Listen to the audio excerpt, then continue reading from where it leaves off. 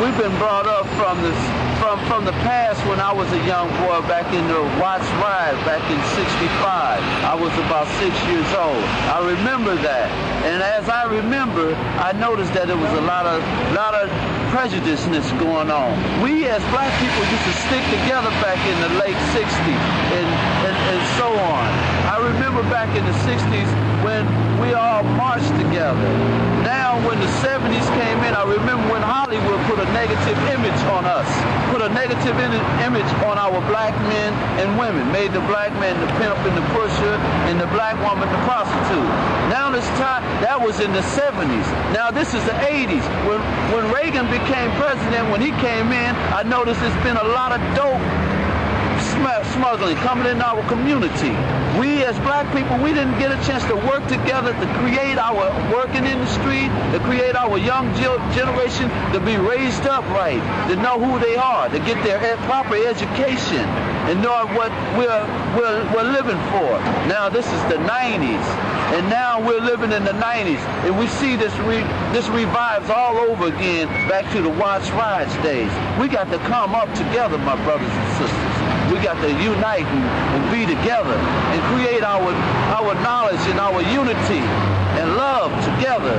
Because we don't need our black folks raising them up to walk over each other. We need to be raised up to love and create love among each other. And this is something that I have not seen on the 34 years of my life since I've been here on this earth. And God is true.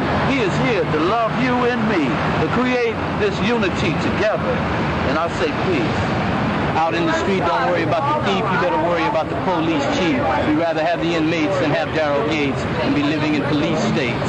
No justice, no peace. First there was quiet, then there was a riot. They're out in the street, the police, why you think they call it the beat and them the heat? You take your life out your hands going in the lion's den. I ain't lying, man, you could be dying. They say protect and serve, but I say, heck, man, they got a lot of nerve. Tell me, why can't they see that the Statue of Liberty is crying, the Constitution is dying, and Old Glory is not high flying? The Statue of Liberty, her torch ain't shining so brightly, but she knows they're lying to you and they're lying to me, and we're not free. Up against the wall, get down, down, down in the dirt and crawl. Put your hands on your head and spread them or else you're dead. Niggas, you heard what I said. Guilty or not, if you're black man, you might get shot, convicted and executed right there on the spot. They're making it hot out in the street because him was lying under a sheet, him started running and them started gunning him down because him was black or brown. Racist white cop, you know the kind that shoot and say, hey, stop, and another brother dead or lying in the gutter dying, and another mother crying, and a crowd gathers round, some getting angry, and some just starting to clown, because it really ain't no new news, it's just another case of the black man's blues. Under color of authority, police brutality. Under color of authority, they brutalize minorities. Don Jackson was a black cop, and like father, like son, so was his pop. Being a boy in blue don't help you when you're black, and they got a boots in your back.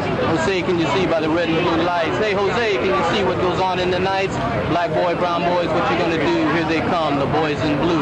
They're kicking in the door, they batter down the walls, violate all your rights, and kick you in the balls. They'll beat you behind bars, they beat you in cop cars, and you'll be lucky to survive, come out alive with your scars. You'll be seeing stars. You could be Jesse or Michael Jackson, I am somebody, still gonna get the same reaction. Hey, niggas, where'd you get that car? You must be a pimp, superfly, not a superstar. Shame on America, shame, shame on America. Put the blame on America. Name is standing for what it never stood for. Out in the street, don't worry about the thief, you better worry about the police chief. Rather have the inmates than have Daryl Gates. No justice, no peace. First there was quiet, then there was a riot.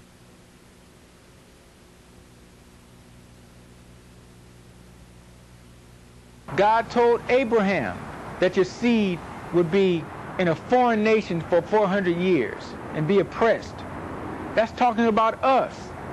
Now I know we've been told that that 400-year period was the period that the Israelites were in bondage in Egypt.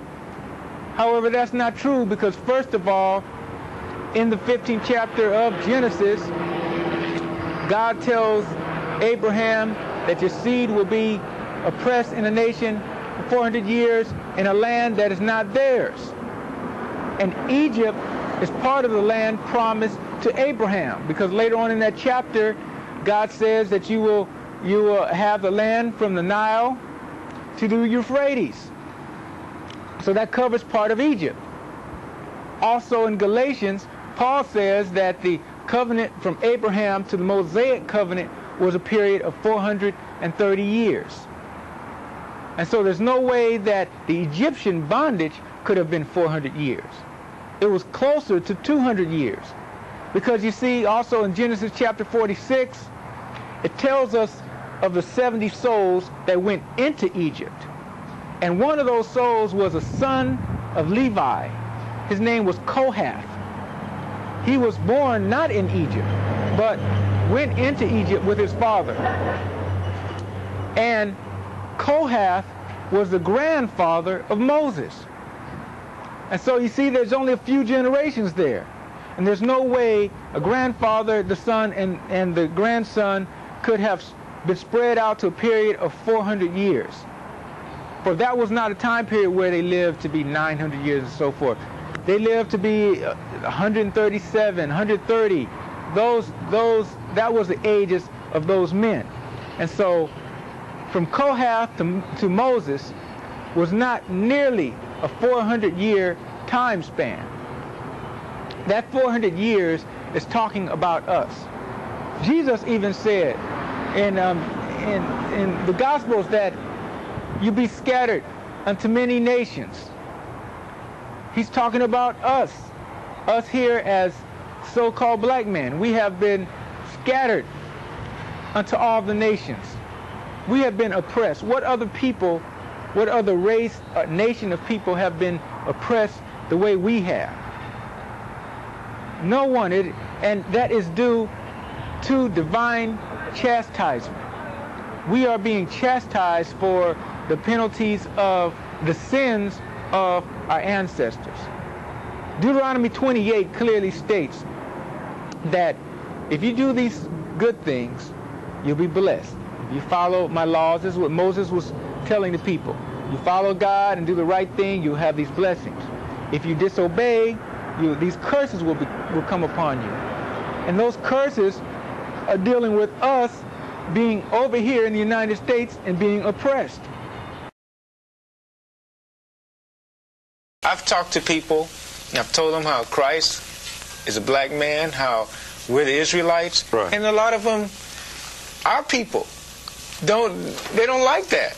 Right. Why do you think that is? Well, that's 2 Corinthians, right. The 4th chapter, verse 3 and 4. Because our people in Job 13 and 4, the lies that the so-called white man are taught our people, the truth has been hid from us. Yeah. You know, so he rewrote history. He's teaching his own history.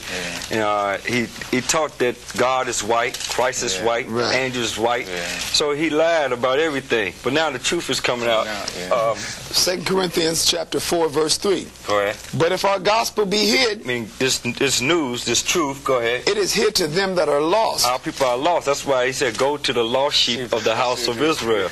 Go ahead. in whom the God of this world, Whom the God, meaning the power of this world, which is the so-called white man, he ruled. We're in his world. We're in his system, his society.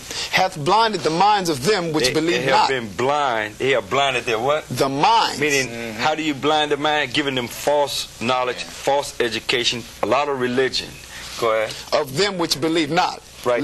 Go ahead. Lest the light of the glorious gospel of Christ, who is the image of God, should shine unto them. Job 13 and 4. But ye are forgers of lies. The so-called white man forged lies. And in Apocrypha, it tells you how he painted his images in there. So he forged these lies and taught that Jesus Christ was a white man, when in fact, according to the Bible, Hebrews 7:14 and Jeremiah 14 and 2, Jesus Christ is a black man, the son of the living God, the greatest man that ever walked this earth was a black man named Jesus Christ.